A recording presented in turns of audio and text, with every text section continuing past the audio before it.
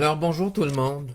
Je vais débuter sans tarder puisqu'il reste encore beaucoup de choses, beaucoup d'informations à transmettre concernant le mémoire. Le constat est clair. Le gouvernement s'apprête à donner un coup de barre dans le droit parental des parents biologiques au Québec. C'est aussi simple que ça. On va donner plus de pouvoir en protection de la jeunesse et c'est la porte de derrière qui est ouverte. N'importe quand, un intervenant du gouvernement peut arriver chez vous et pour des motifs de son choix, vous pouvez avoir des problèmes sérieux. Et là, on ne parle pas d'une question d'urgence sanitaire temporaire ou de mesures sanitaires temporaires, on parle de quelque chose qui va affecter le reste du 21e siècle. Parce que dans la loi présentement, aujourd'hui, c'est encore écrit dans la loi que le parent est le premier responsable de donner les soins à l'enfant. Et cette phrase-là va disparaître. Mais aujourd'hui, les intervenants sociaux saisissent les tribunaux plus que jamais. Donc, c'est un échec total au niveau de la déjudiciarisation qui devait être prévue.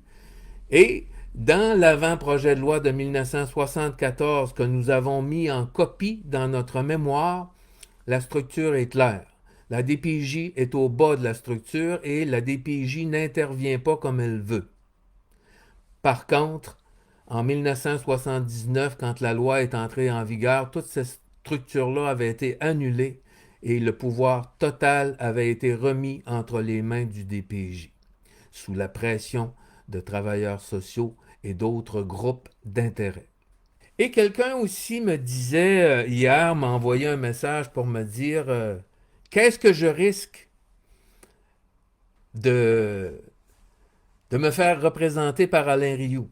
Quels sont les risques quand vous votez pour François Legault ou que vous votez pour Dominique Anglade ou que vous votez pour je ne sais pas trop qui?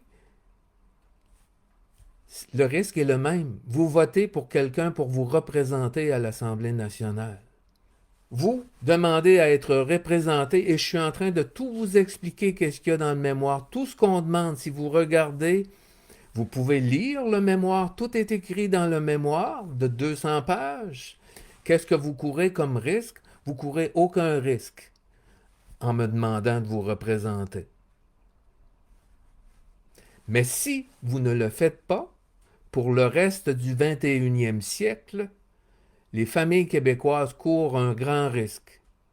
Parce que là, les parents vont avoir énormément de difficultés à se défendre lorsque l'État va se mêler de leurs histoires de famille. Lorsque l'État va s'ingérer dans une famille, vous n'aurez plus de moyens de défense ou presque plus.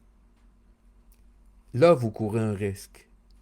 Il faut réinscrire la primauté parentale dans la loi et on demande aussi une intervention de l'État qui doit suivre une procédure par niveau, 4 niveaux. Le premier niveau, c'est qu'on maintient l'enfant dans sa famille et qu'on aide les parents qui ont des difficultés.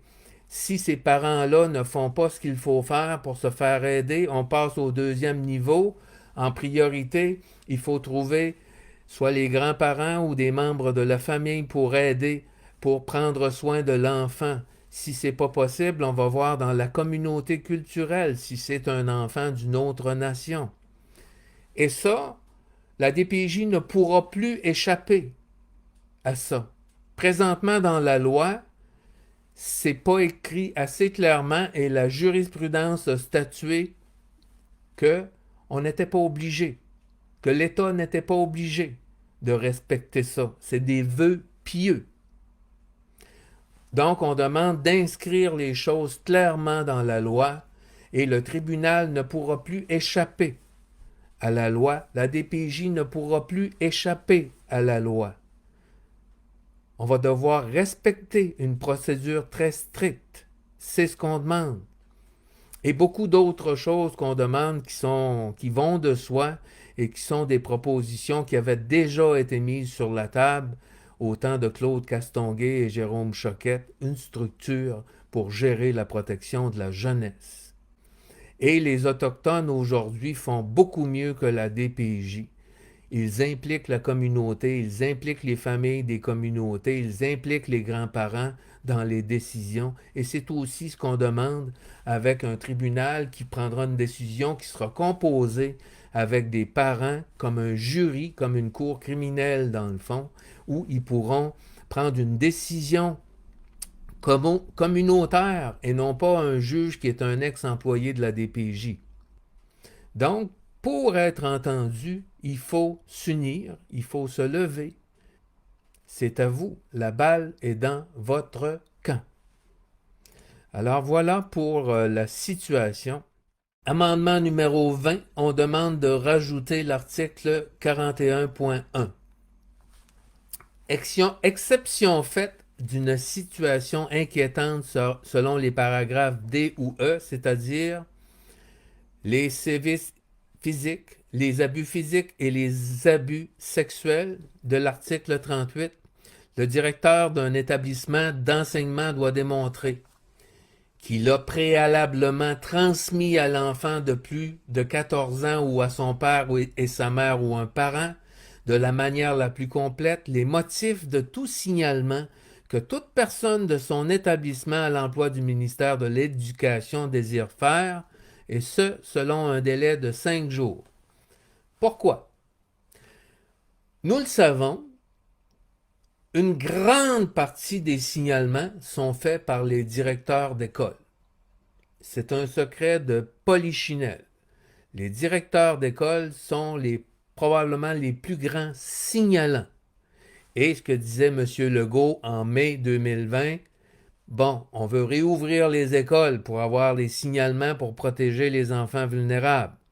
Les signalements sont faits par les écoles, par les directeurs, souvent.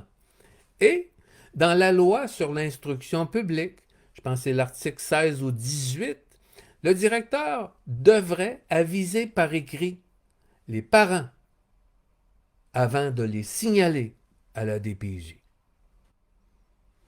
Mais vous comprenez que personne ne le fait parce que le signalement est confidentiel. Qu'il le fasse ou qu'il ne le fasse pas, les parents ne sauront jamais que c'est le directeur qui les a signalés à la DPJ. Donc, on dit exception faite d'un cas d'abus physique ou d'abus sexuel inquiétant. S'il y a un cas d'abus sexuel ou physique inquiétant, le signalement peut être fait par l'école. Sinon, il faut que l'école avise d'abord la famille. Et c'est logique. Avant de les signaler à la DPJ, qu'on leur donne une chance de régler la situation s'il y a un problème. Là, on leur donne aucune chance, on signale immédiatement et les parents ne savent pas d'où vient le signalement. Donc, on demande que si ce n'est pas une cause d'abus sexuel ou d'abus physique, le directeur de l'école doit signaler, doit envoyer un avis par écrit 5 jours à l'avance avant de signaler pour donner la chance aux parents de réagir et de s'occuper du cas. Dans le cas où l'enfant de plus de 14 ans ou ses pères et mères ou son parent conteste les motifs du tel signalement ou qu'il demande à en discuter avec le directeur dans l'esprit d'une entente à l'amiable dans le but de collaboration avant le délai de 5 jours, ce dernier doit en informer l'unité d'intervention jeunesse ou le CRM. Donc, le directeur informe le CRN que les parents sont intervenus pour demander à régler la question dans un esprit d'intervention à l'amiable. Et je vous rappelle que dans ce qu'on demande aujourd'hui, ce n'est plus la DPJ qui va traiter les signalements, mais l'unité d'intervention jeunesse au premier niveau quand il y a des choses dangereuses. Et sinon, c'est le comité régional multidisciplinaire avec un psychologue et un médecin, infirmière, etc. Donc, que l'école prenne le soin d'aviser les parents, parce que là, à un moment donné, ça devient comme des coups de cochon. Et on entend souvent, souvent, encore hier, une personne nous a envoyé expliquer sa situation où elle siégeait sur un comité à l'école et que ses enfants avaient des problèmes euh, de diction, etc., des problèmes de langue, de langage. Et elle a fait des plaintes contre la directrice et contre la commission scolaire, et ça n'a pas été trop long que les signalements sont arrivés à la DPJ. Comprenez-vous? Et ça, c'est pas normal. Vous avez le droit de déposer une plainte contre un directeur d'école qui ne fait pas sa job comme il faut, si vous croyez que c'est votre droit. Vous avez le droit de déposer une plainte à la commission scolaire si vous croyez que votre enfant ne reçoit pas les soins qu'il devrait recevoir. Mais si vous faites ça, de l'autre côté, que le directeur vous fasse un signalement à la DPJ, là, vous êtes pris avec la DPJ dans votre vie après ça. Et ça arrive souvent également. Donc, cet article-là, on demande de mettre en place qu'avant de signaler à la DPJ, l'école avise les parents 5 jours à l'avance, sauf si c'est un motif urgent d'abus sexuel ou d'agression physique. On arrive maintenant à ce que je vous parlais tout à l'heure, amendement numéro 21, sur la question de l'immunité relative du signalant. Un deuxième alinéa est ajouté à l'article 43 et l'article 44 est remplacé. Présentement dans la loi, l'article 43 nous dit « Une personne ne peut être poursuivie en justice pour des actes accomplis de bonne foi en vertu des articles 39 et 42, c'est-à-dire après avoir déposé un signalement. Vous ne pouvez pas poursuivre en justice quelqu'un qui a fait un signalement de bonne foi. Mais on le sait. Et comme le disait Paul Arcand à son émission, il y a plein de parents qui se signalent entre eux. Et ça devient des signalements malveillants. Des parents séparés. Et c'est la même chose si vous faites une plainte contre un directeur d'école ou contre un professeur de l'école et que lui se vire de bord et qu'il vous fait un signalement à la DPJ. Ça, on appelle ça des signalements malveillants. Et il y en a beaucoup. Sur 120 000 par année, il y a un bon pourcentage que ce sont des signalements malveillants. Donc, la loi nous dit aujourd'hui, personne ne peut être poursuivi en justice pour ça. Si c'est accompli de bonne foi. Mais vous ne pouvez même pas savoir c'est qui a signalé premièrement. On rajoute le paragraphe suivant. En vertu du caractère exceptionnel de la présente loi, parce que c'est une loi d'exception, nul ne peut signaler une situation en vue de nuire à autrui, ou d'une manière excessive et déraisonnable. Donc, maintenant, dans ce paragraphe-là, on dit qu'il n'y a plus personne qui peut signaler pour nuire ou faire des signalements excessifs et déraisonnables qui vont à l'encontre des exigences de la bonne foi. Donc, on ajoute un élément important. Ce que nous disait la loi, c'est que personne ne peut être poursuivi. Et là, on dit, en vertu du caractère exceptionnel de cette loi-là, personne n'a le droit de signaler pour nuire. 44, la loi nous dit présentement que personne ne peut dévoiler ou être contraint de dévoiler l'identité de la personne qui signale. Personne, pas un avocat, personne n'a le droit de dire qui a signalé. La loi est faite comme ça depuis 1977 et cette question-là n'a jamais été revue depuis. Et là, on est rendu à 120 000 signalements par année. il y a plein de signalements malveillants qui sont fautifs, qui sont des mensonges pour faire du mal à quelqu'un. Ça ne tient pas debout. Donc, on rajoute ceci. D'accord, nul ne peut dévoiler l'identité du signalant des situations suivantes. Donc, on met des conditions à cette interdiction de dire qui a signalé. Si le signalement n'est pas retenu, puis que le tribunal dit qu'il n'y a pas de compromission par rapport à ce signalement-là, ou que la DPJ ferme le dossier, ferme la mesure de protection qui a été ordonnée sur la conclusion qu'il y avait eu des allégations, mais que ces allégations-là ne sont pas fondées. Et il y en a plein. Il y a plein de monde qui se retrouve au tribunal si, par exemple, votre ex-conjoint ou votre ex-conjointe vous signale pour violence sur l'enfant. Vous vous ramassez au tribunal et là, ça peut prendre 2 ans, 3 ans. Et au bout de 2 ans, 3 ans, on vient vous dire, bon, il n'y a pas eu de violence. Il n'y en avait pas eu, il y en avait pas de violence. Il n'y en a pas eu. C'est un bon parent, c'est un parent aimant, il n'y avait pas de violence. Mais là, le mal est fait. Comprenez-vous? Il y a un préjudice qui est causé à la famille. Il y a un immense préjudice qui est causé à la famille. Première exception.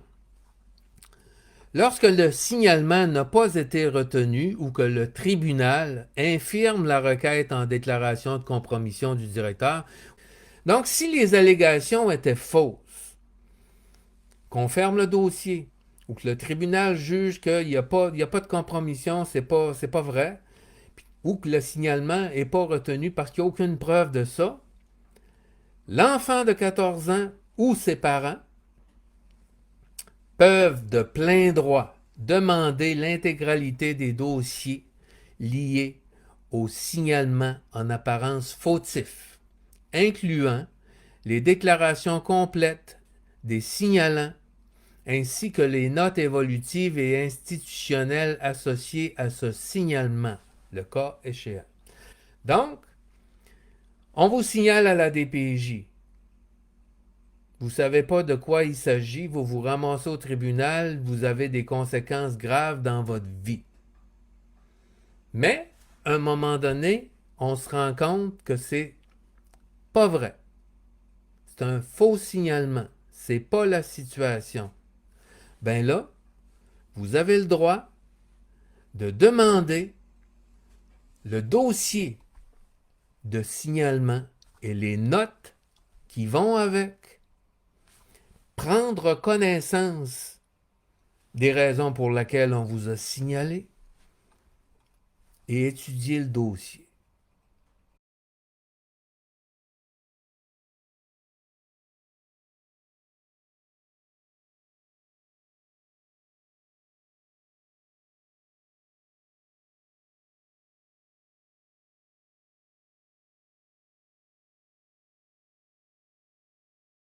Deuxièmement, lorsque l'enfant ou les parents considèrent que le signalement est téméraire ou mensonger et que les allégations dénotent une intention de nuire, l'identité du signalant doit leur être dévoilée afin que ces derniers puissent exercer leurs droits, notamment en vertu de l'article 1457 du Code civil du Québec.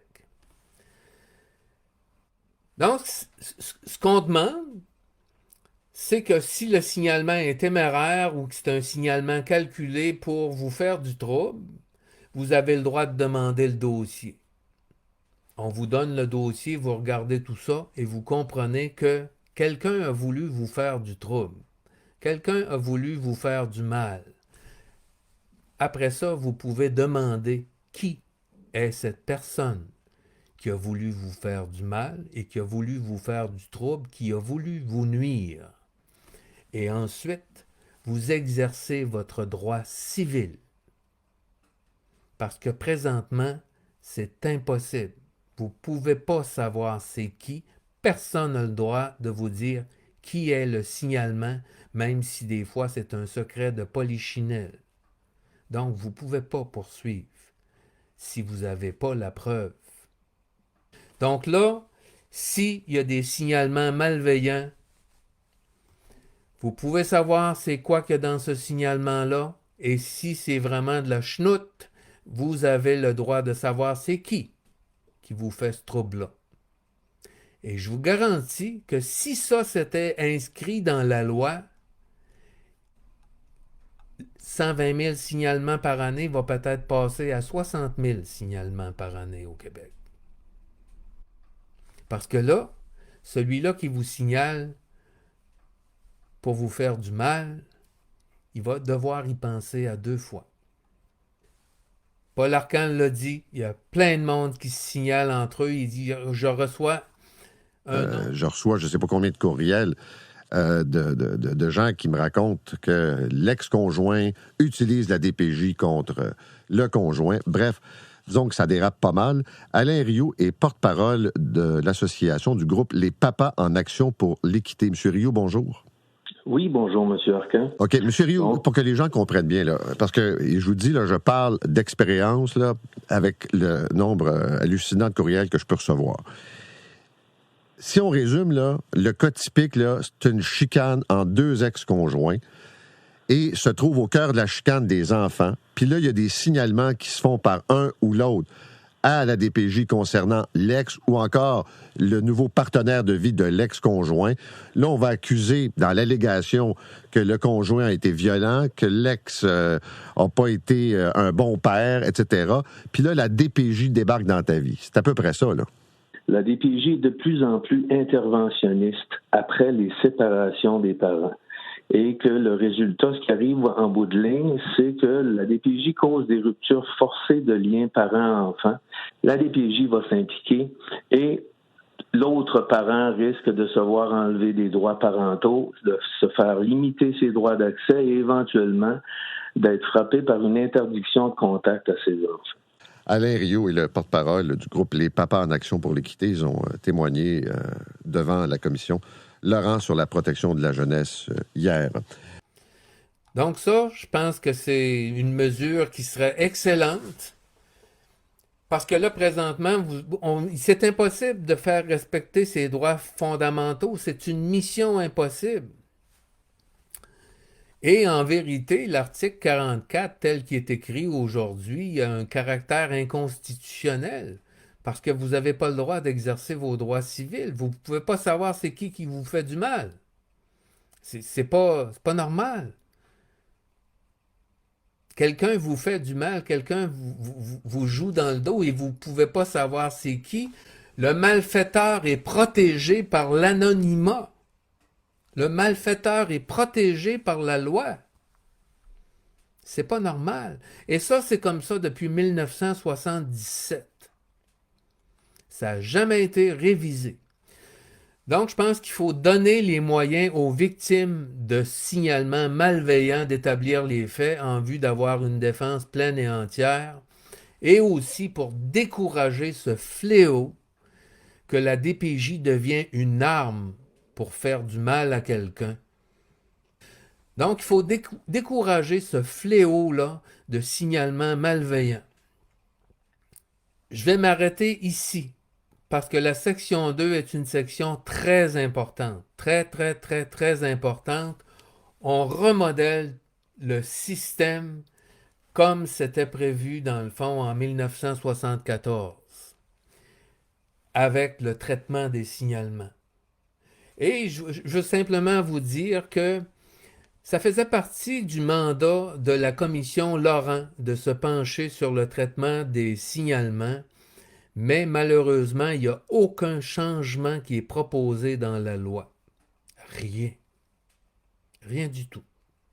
Et ça, c'est un objectif central de la loi, le traitement des signalements. Pour l'avenir du 21e siècle, pour le reste du 21e siècle, si les parents perdent le droit d'être les premiers à donner les soins et que la loi devient ce que l'on demande qu'elle devienne, les risques sont sérieux qu'il y ait des malveillances qui se produisent. À bientôt. Merci beaucoup. Merci pour votre attention. Merci de partager. Merci de vous impliquer.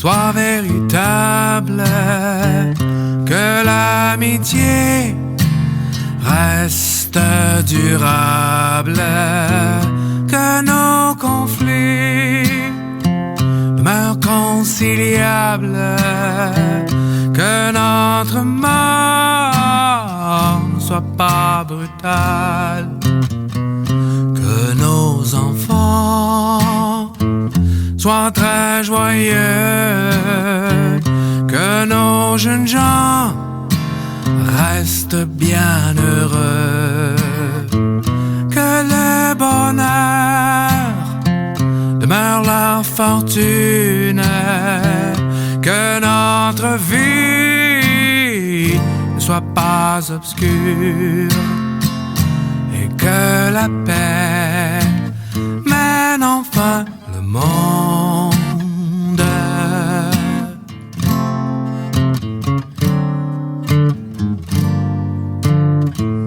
Que le respect soit manifeste, que l'espérance reste infinie, que nos souffrances demeurent supportables, que la vieillesse ne soit pas triste et que la paix mène enfin le monde.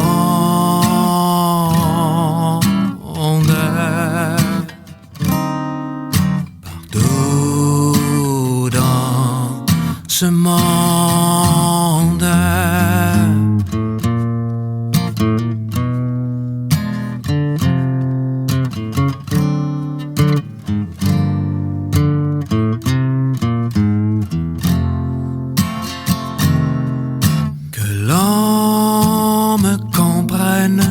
Bien, je ne vous demanderai rien. Et vous, vous en étiez douté que moi, je ne faisais que passer.